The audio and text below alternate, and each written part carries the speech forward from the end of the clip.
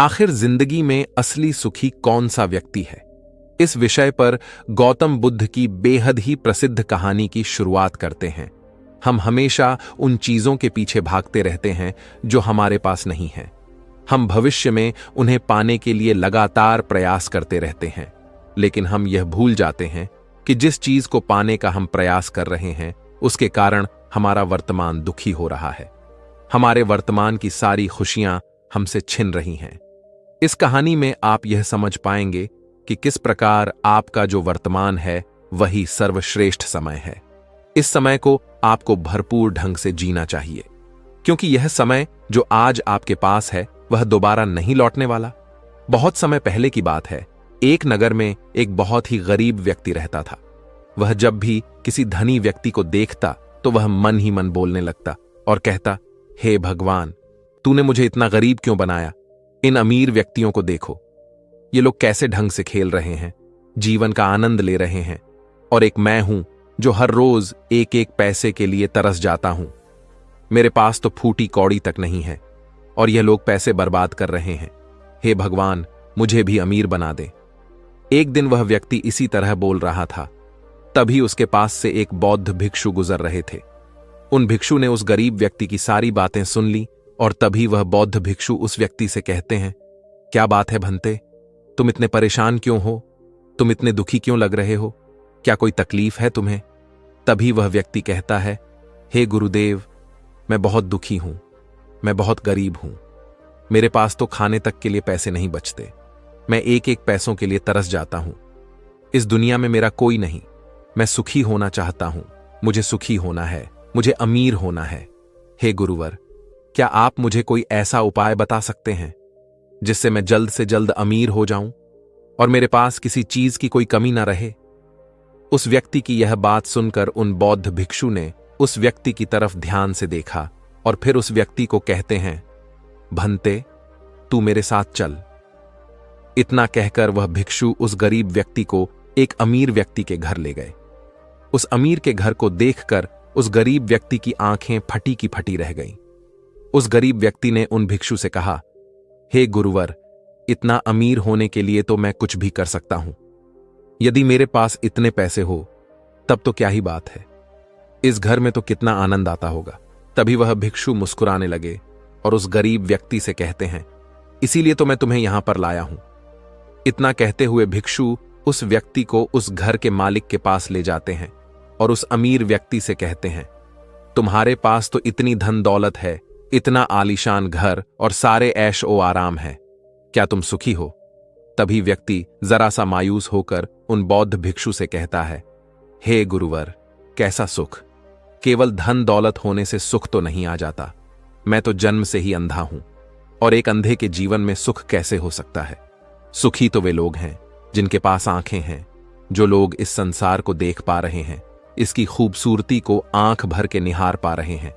हे गुरुवर, मैं तो बस इतना ही चाहता हूं कि केवल मुझे कुछ पलों के लिए ही सही, लेकिन इस संसार को देखने का अवसर प्राप्त हो।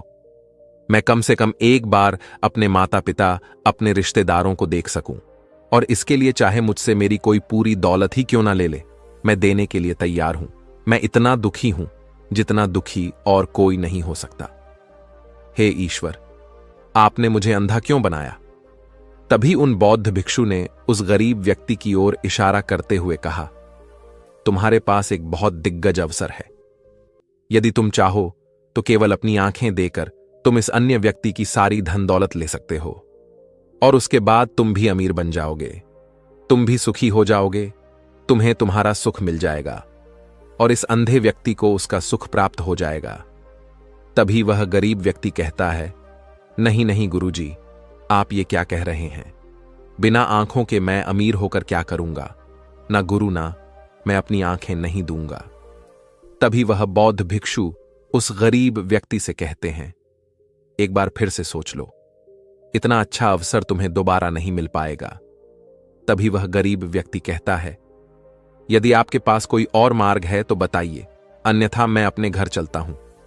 तभी वह भिक्षु उस युवक से कहते हैं, ठीक है, ठीक है, यदि तुम अपनी आंखें नहीं देना चाहते तो कोई बात नहीं, हम कोई और रास्ता निकाल लेते हैं। तभी वह बौद्ध भिक्षु उस व्यक्ति का हाथ धरकर उसे एक और धनी व्यक्ति के घर ले जाता है। इस धनी व्यक्ति का घर पहले वाले धनी व्यक्ति से और भी ज्यादा विशाल था। यह देखकर वह गरीब व्यक्ति कहता है, अरे अरे, इतना आलीशान घर मैंने आज तक नहीं देखा था।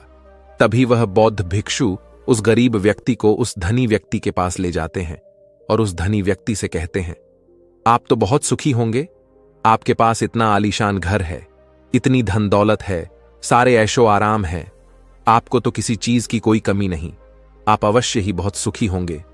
तभी वह धनी व्यक्ति मायूस होकर उन बौद्ध भिक्षु से कहता है, आप यह कैसी बातें कर रहे हैं? आप तो जानते हैं कि मेरे दोनों हाथ काम नहीं करते, मैं अपाहिज हूं। यह जो इतनी धन दौलत आप देख रहे हैं, इन्हें देखकर भी मैं अपने हाथ वापस नहीं ला सकता। तो ऐसे में यह धन दौलत मेरे किस काम की? इससे तो अच्छा होता कि ईश्वर ने भला ही मुझे गरीब बनाया होता, लेकिन कम से कम मेरे दोनों हाथ मुझे सही दे देता। ना जाने भगवान ने मुझे क्यों अपाहिज बना दिया। जितना दुखी मैं हूं, उतना दुखी और कोई नहीं होगा। तभी एक बार फिर उन बौद्ध भिक्षु ने उस गरीब व्यक्ति की ओर इशारा करते हुए कहा, भंते, तुम्हारे पास एक और मौका है। यदि तुम चाहो तो अपने दोनों हाथ देकर इस अमीर व्यक्ति की सारी धन दौलत ले सकते हो। क्या कहते हो? क्या तुम तैयार हो? और अब की बार तो तुम्हें आंखें भी नहीं देनी होगी, तुम्हारी आंखें तुम्हारे साथ ही रहेंगी। तभी वह गरीब व्यक्ति उन बौद्ध भिक्षु से कहता है, अरे महाराज, आप ये क्या कह रहे हैं? एक अपाहिज होकर मैं इस धन दौलत का क्या करूंगा?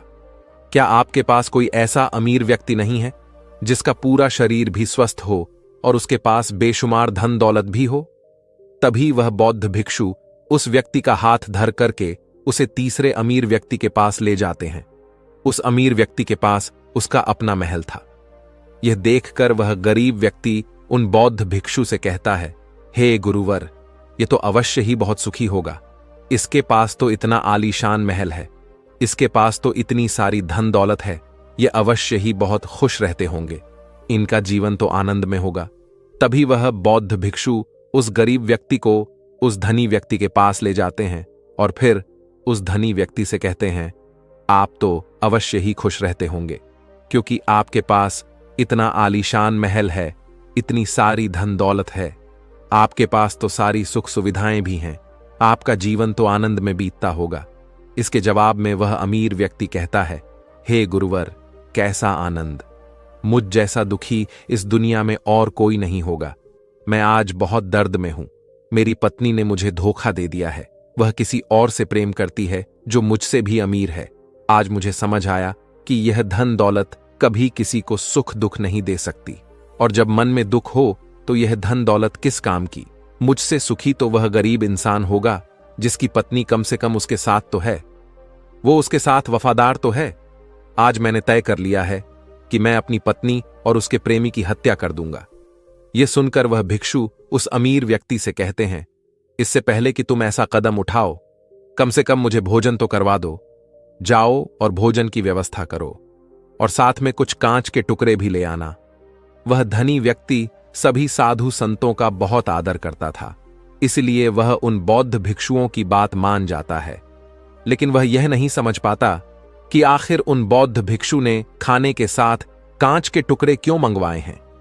लेकिन जैसा कि उन बौद्ध भिक्षु ने कहा था, वह अमीर व्यक्ति उसी प्रकार खाने की व्यवस्था कर देता है। वह भोजन के साथ कुछ कांच के टुकड़े लेकर उन बौद्ध भिक्षु के पास पहुंचता है। तभी वह बौद्ध भिक्षु, वह गरीब व्यक्ति और वह धनी व्यक्ति तीनों एक साथ भोजन करने बैठते हैं, और उसी समय बौद्ध भिक्षु कुछ कांच के टुकड़े उठाकर उस अमीर व्यक्ति के भोजन में मिला देते हैं और उससे कहते हैं, लो, अब तुम इसे खा सकते हो। वह अमीर व्यक्ति अचंभित हो गया और उन बौद्ध भिक्षु से कहता है, हे गुरुवर, आप यह क्या कह रहे हैं? इस खाने में तो कांच के टुकड़े आपने मिलाए हैं। इस भोजन को मैं कैसे खा सकता हूं? यदि यह भोजन मैं करूंगा तो इससे मुझे बहुत तकलीफ होगी और हो सकता है कि मेरी मृत्यु भी हो जाए। तभी वह भिक्षु मुस्कुराने लगे और उस अमीर व्यक्ति से कहते हैं, तुम्हें यह बात तो समझ में आ गई, लेकिन तुम्हें यह बात नहीं समझ में आती कि अगर इस भोजन को खाना है तो इस भोजन के कांच के टुकड़ों को तुम्हें निकालकर अलग करना ही होगा। तभी यह भोजन तुम्हारे खाने योग्य बनेगा और तब यह भोजन तुम्हें कोई तकलीफ नहीं देने वाला, बल्कि तुम्हें सुख ही प्रदान करेगा। इस पर वह अमीर व्यक्ति अचरज में उन बौद्ध भिक्षु से कहता है, हे गुरुवर, आखिर आप क्या कहना चाहते हैं? तभी वह बौद्ध भिक्षु उस अमीर व्यक्ति से कहते हैं, ऐसे लोग जो कांच के टुकड़े के समान हैं, यदि तुम उनके साथ चिपके रहोगे तो तुम्हें दर्द तो अवश्य ही होगा। जिस प्रकार यह कांच का टुकड़ा मिला हुआ भोजन तुम्हें दर्द प्रदान करेगा, इसलिए इसका समाधान तो यही है कि तुम इन कांच के टुकड़ों को भोजन से अलग कर दो और जो है उस पर ध्यान दो, अर्थात कि तुम उन लोगों को भूल जाओ जो तुम्हारे जीवन में नहीं है और उन लोगों पर ध्यान दो जो इस समय तुम्हारे साथ हैं, जैसे कि तुम्हारी पुत्री। वह भी तो तुम्हारे प्यार की भूखी है। क्या तुम्हारा यह कर्तव्य नहीं है कि तुम उसका ख्याल रखो, उसकी परवरिश करो? आगे भिक्षु उस अमीर व्यक्ति से कहते हैं, सुख तो तुम्हारे पास ही है, बस इन कांच के टुकड़ों को, अर्थात अपनी पत्नी और उसके प्रेमी की हत्या करने का यह विचार अपने मन से निकाल दो, अन्यथा यह कांच के टुकड़ों से मिला हुआ भोजन के समान ही होगा और इसका परिणाम भी बहुत भयानक होगा। वह भिक्षु इतना कहकर शांत हो गए और उस अमीर व्यक्ति को भी उन भिक्षु की बात समझ में आ गई। उन्होंने तुरंत ही उन बौद्ध भिक्षु के चरण छुए और वह अमीर व्यक्ति कहने लगा, हे गुरुवर, आपने मुझे पाप करने से बचा लिया है, मैं आपका बहुत बहुत आभारी हूं। उसके बाद वह भिक्षु उस गरीब व्यक्ति को लेकर आगे की ओर निकल जाता है। तभी रास्ते में वह गरीब व्यक्ति उन भिक्षु से कहता है, हे गुरुवर, क्या इस दुनिया में ऐसा कोई नहीं है जो सुखी हो? तभी वह भिक्षु उस गरीब व्यक्ति से कहते हैं, भंते, आखिर तुम सुखी क्यों नहीं हो? इस पर वह गरीब व्यक्ति कुछ देर के लिए सोच विचार करता है, लेकिन उसके पास कोई जवाब नहीं होता। तभी वह भिक्षु उस गरीब व्यक्ति से कहते हैं, क्योंकि तुम्हें वह चाहिए जो तुम्हारे पास नहीं है। तुम्हारे पास धन नहीं है और तुम्हें धन चाहिए। तुम अमीर होना चाहते हो। तुम्हें लगता है कि वह तुम्हें सुख देगा, लेकिन तुम इस वास्तविकता को भी भूल रहे हो कि बाद में तुम्हें दुख भी वही देगा। जैसे कि जब हम पहले एक अमीर व्यक्ति के पास पहुंचे थे तो उसके पास आंखें नहीं थीं। उसके पास जो नहीं था वह उसके लिए बिलक रहा था, जबकि उसके पास तो बेशुमार धन दौलत थी और उसका पूरा शरीर भी पूरी तरह से स्वस्थ था, लेकिन उसका ध्यान उस पर नहीं था। वह उसे छोड़कर उन चीजों के पीछे भाग रहा था जो उसके पास नहीं थीं। इसी तरह से दूसरे अमीर व्यक्ति के पास आंखें थीं, धन दौलत भी थी, लेकिन हाथ नहीं थे। इसी प्रकार जो चीज उसके पास थी वह उसका आनंद नहीं ले रहा था, बल्कि वह तो इस दुख में था कि उसके पास उसके हाथ नहीं है। और ठीक इसी प्रकार से तीसरा अमीर व्यक्ति भी दुखी था, क्योंकि उसके पास तो धन दौलत भी थी, ऐशो आराम भी था और उसके पास तो उसका पूरा शरीर भी था। वह पूरी तरह से स्वस्थ और तंदुरुस्त भी था, लेकिन फिर भी वह दर्द में था, क्योंकि उसे उसकी पत्नी ने धोखा दे दिया था, जो उसकी कभी हो ही नहीं सकती थी। जो स्त्री केवल धन के लिए किसी और के साथ भाग जाए, क्या वह उसका साथ कभी दे सकती थी? नहीं। लेकिन उस अमीर व्यक्ति के पास जो था, अर्थात उसकी पुत्री, वह उसके बारे में सोच ही नहीं रहा था। आगे वह भिक्षु उस गरीब व्यक्ति से कहते हैं, अमीर गरीब होने से दुख और सुख का कोई मतलब नहीं होता। अमीर हो या गरीब, हमारे दुखी होने का एकमात्र कारण यही होता है कि हम हमेशा उन चीजों के पीछे भागते रहते हैं जो हमारे पास है ही नहीं, और जो वर्तमान में हमारे पास है हम उस पर ध्यान ही नहीं देते और ना ही उसका आनंद ले पाते हैं। हम तो केवल भविष्य में घूमते रहते हैं, भूतकाल में अटके रह जाते हैं, और यह सारी गलतियां हम वर्तमान की जमीन पर करते हैं। और यही कारण है कि तुम कभी आनंदित हो ही नहीं पाते, तुम कभी खुश नहीं रह पाते, क्योंकि जो आनंद का समय है, अर्थात वर्तमान का समय है, वह तो यूं ही नष्ट हो जाता है। तभी आगे वह भिक्षु उस गरीब व्यक्ति की ओर इशारा करते हुए कहते हैं, भंते, तुम मुझे यह बताओ, क्या तुम्हारे पास उन तीनों अमीर व्यक्तियों के दुखों में से कोई एक भी दुख है? तभी वह गरीब व्यक्ति सोच विचार कर उन भिक्षु से कहता है, नहीं, मेरे पास उन अमीर व्यक्तियों के दुख में से कोई भी दुख नहीं है। इस पर भिक्षु उस गरीब व्यक्ति से कहते हैं, तो फिर तुम दुखी क्यों हो?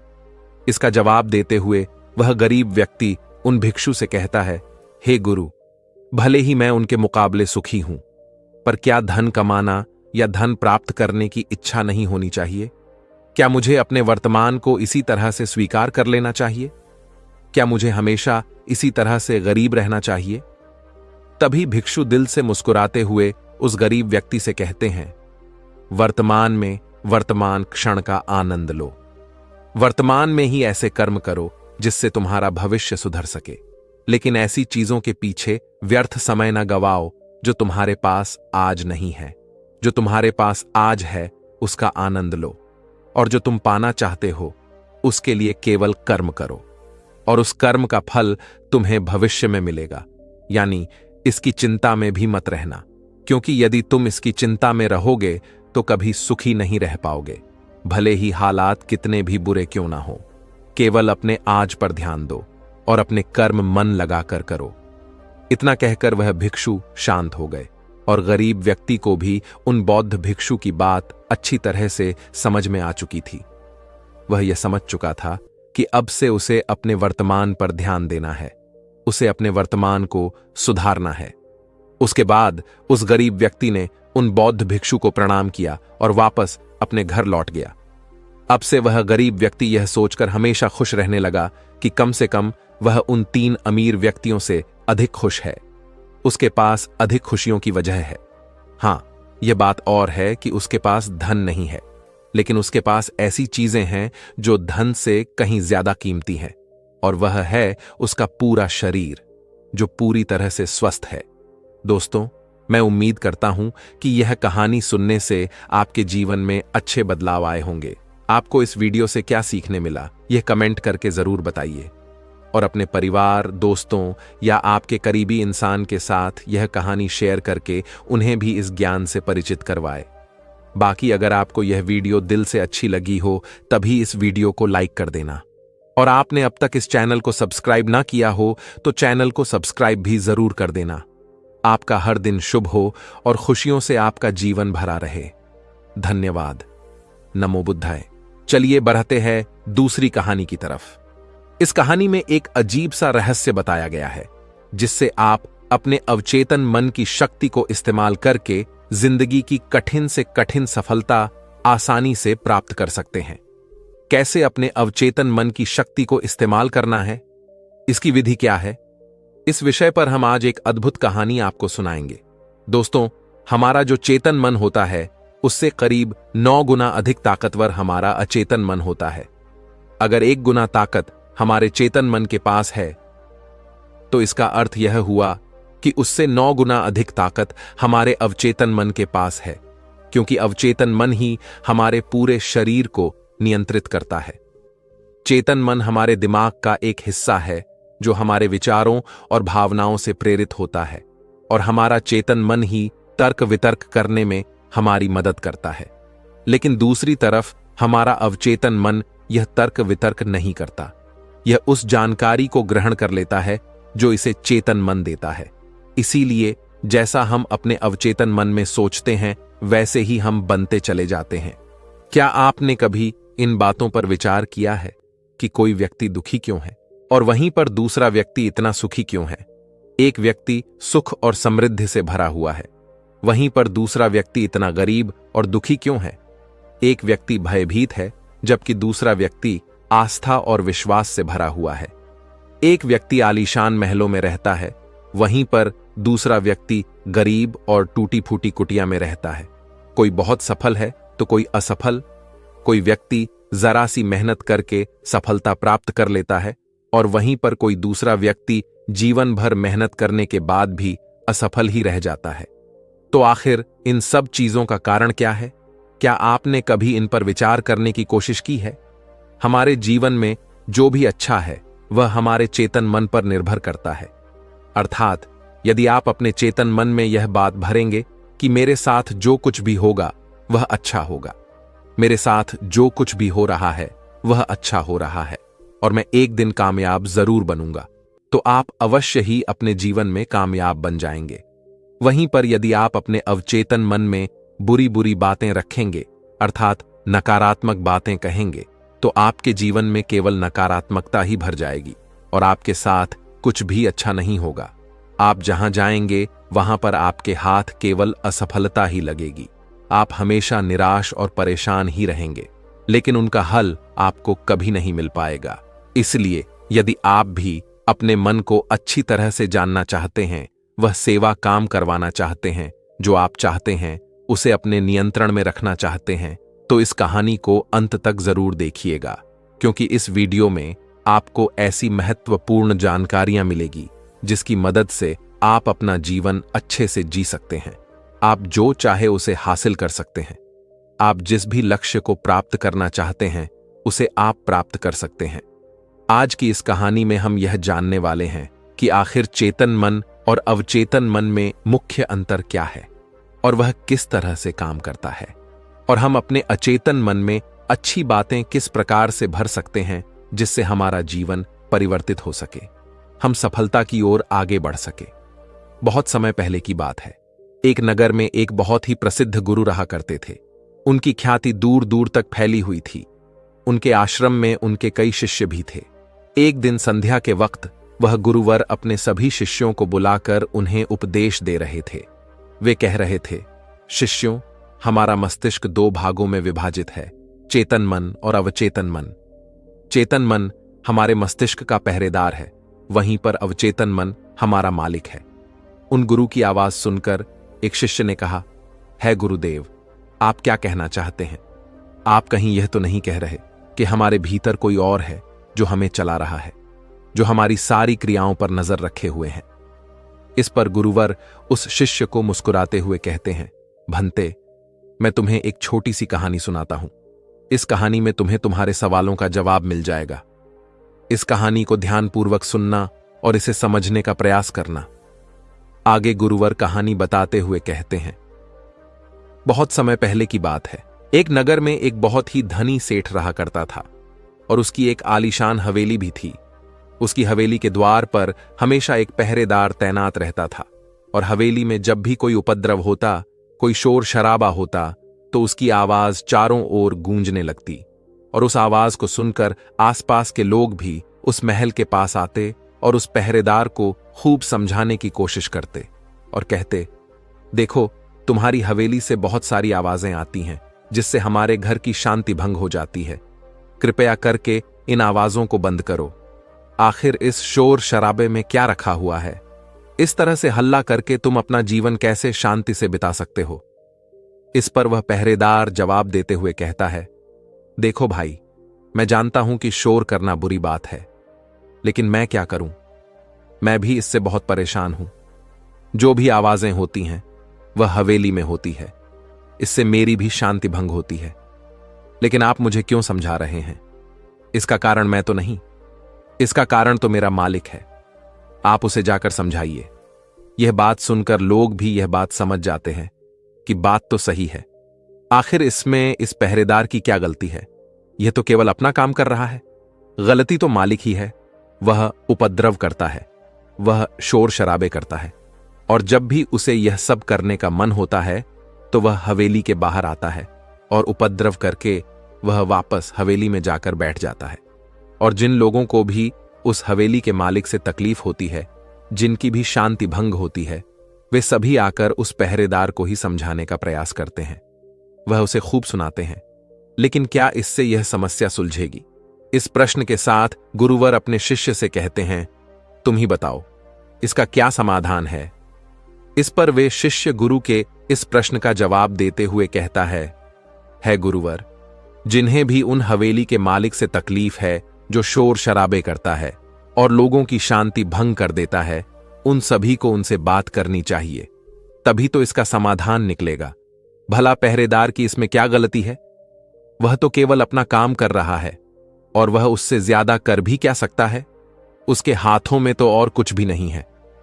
इस पर वह गुरुवर मुस्कुराते हुए अपने उस शिष्य से कहते हैं, भंते, ठीक इसी तरह से हमारा मन भी होता है।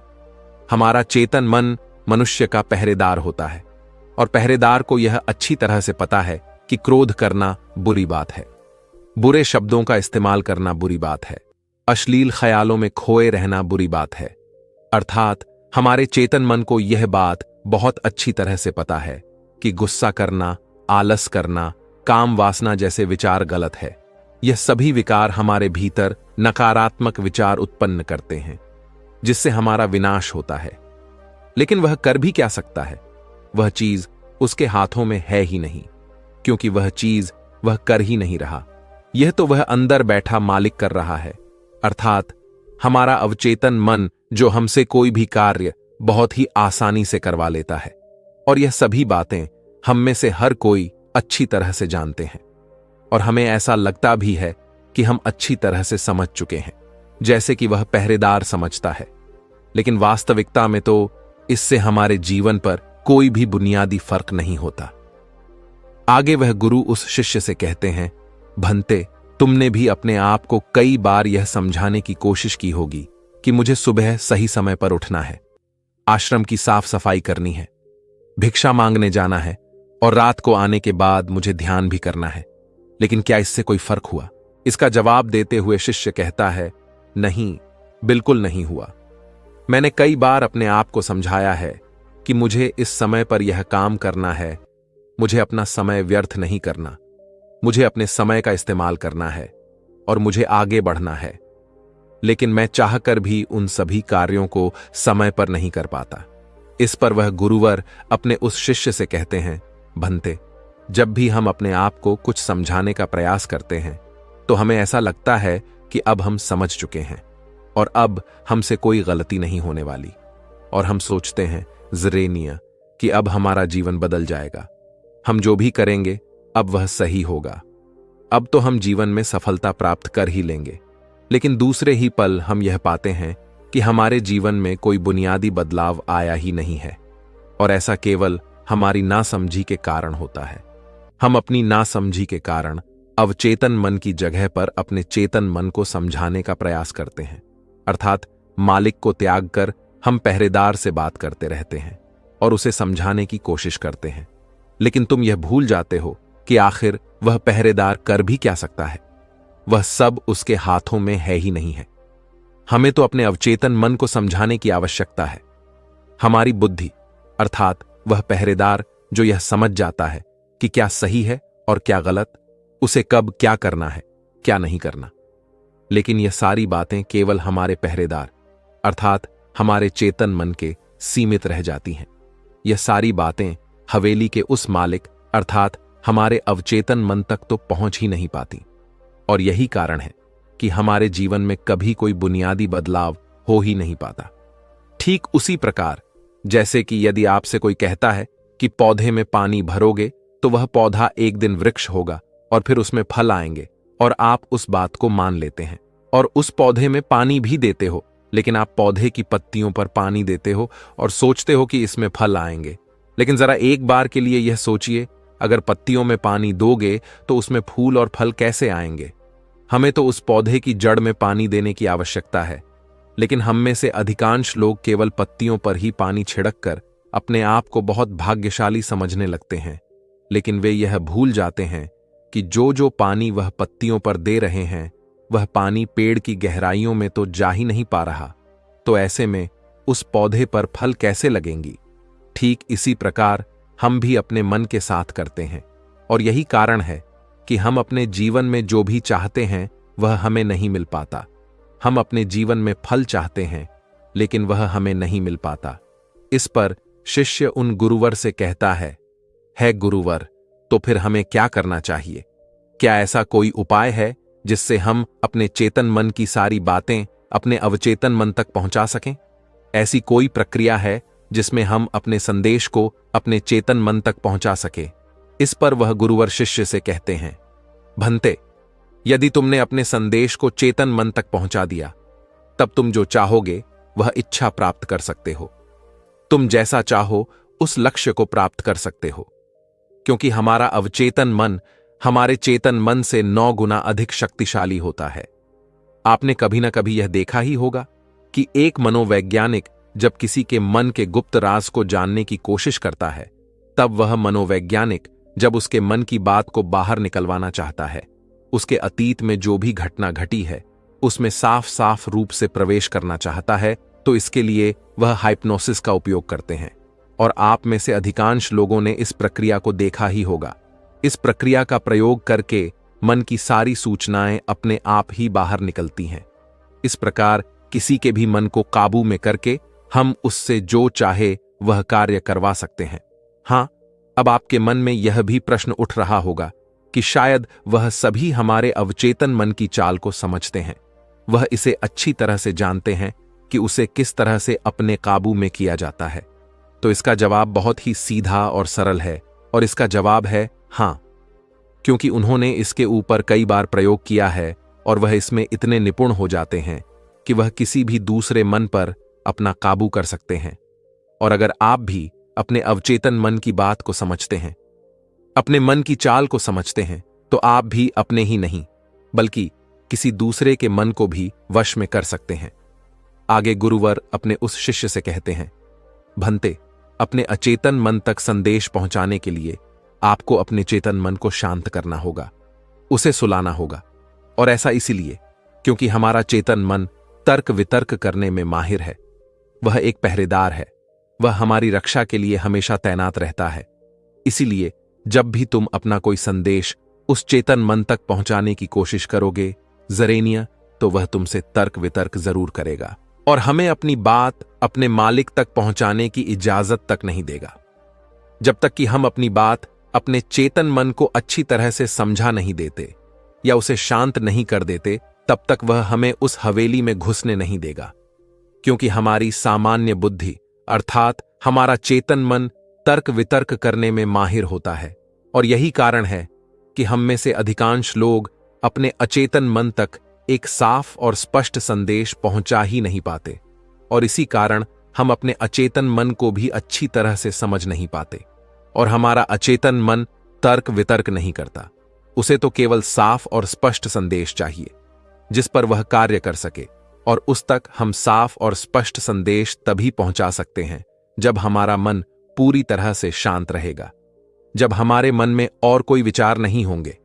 और यही कारण है कि जब एक मनोवैज्ञानिक किसी के मन पर प्रयोग करता है, उसके मन को काबू करने की कोशिश करता है, उससे मनचाही बात निकलवाने की कोशिश करता है, तो सबसे पहले वह उसके चेतन मन को ही सुलाते हैं। आपने कहीं ना कहीं यह तो देखा ही होगा कि उनके सामने एक पेंडुलम जैसी चीज उनकी आंखों के सामने रख दी जाती है और उसे घुमाया जाता है, जिसे लगातार देखने के बाद वह व्यक्ति पूरी तरह से निद्रा में चला जाता है, और इस कारण उसका चेतन मन पूरी तरह से शांत हो जाता है। और जब उसका पहरेदार पूरी तरह से सो जाता है और उसके पास तर्क वितर्क करने के लिए कोई नहीं बचता, तब वह वैज्ञानिक आसानी से उस हवेली में जाता है और उस मालिक से जी भर के बातें करता है। जो बातें वह चाहता है वह बातें वह उससे निकलवा देता है। टिब के एक महान दार्शनिक ने कहा था कि अगर बात समझ में आ जाए तो आपका जीवन परिवर्तित हो जाता है। लेकिन उन्होंने वह बात उस समय के लोगों के लिए कही थी, क्योंकि उस समय टिब और बाकी दुनिया के लोग बहुत सरल हुआ करते थे। उनका मन बहुत साफ हुआ करता था, और उनको जो भी बातें बताई जाती थीं, वह उन बातों को बहुत शांतिपूर्वक सुनते और समझते थे। उस समय कोई भी तर्क वितर्क नहीं करता था, और जब कोई व्यक्ति तर्क वितर्क करने में माहिर होता था तो वह उसे तर्क वितर्क करने देते और शांति से केवल उसकी बातें सुनते, जब तक कि व्यक्ति तर्क वितर्क करके थक ना जाए। तो वह गुरु के पास वापस आता है और उनसे कहता है गुरुवर, मैं अब तर्क वितर्क करके थक चुका हूं, लेकिन उससे मुझे कुछ भी हासिल नहीं हुआ। कृपया करके अपना कोई मार्ग बताइए, आप मुझे अपने तरीके से समझाएं। अब मैं उसमें कोई भी अवरोध उत्पन्न नहीं करूंगा। ठीक इसी प्रकार से हमारी बुद्धि भी काम करती है। जब हमारा मस्तिष्क तर्क वितर्क करके थक जाता है, तब उसे इस बात का एहसास होता है कि तर्क वितर्क करके उसे कुछ भी हासिल नहीं होने वाला, और उस समय तक उसे कुछ भी समझ में नहीं आएगा। अगर आपको यह वीडियो दिल से अच्छी लगी हो, तभी इस वीडियो को लाइक कर देना, और आपने अब तक इस चैनल को सब्सक्राइब ना किया हो तो चैनल को सब्सक्राइब भी जरूर कर देना। आपका हर दिन शुभ हो और खुशियों से आपका जीवन भरा रहे। धन्यवाद। नमो बुद्धाय।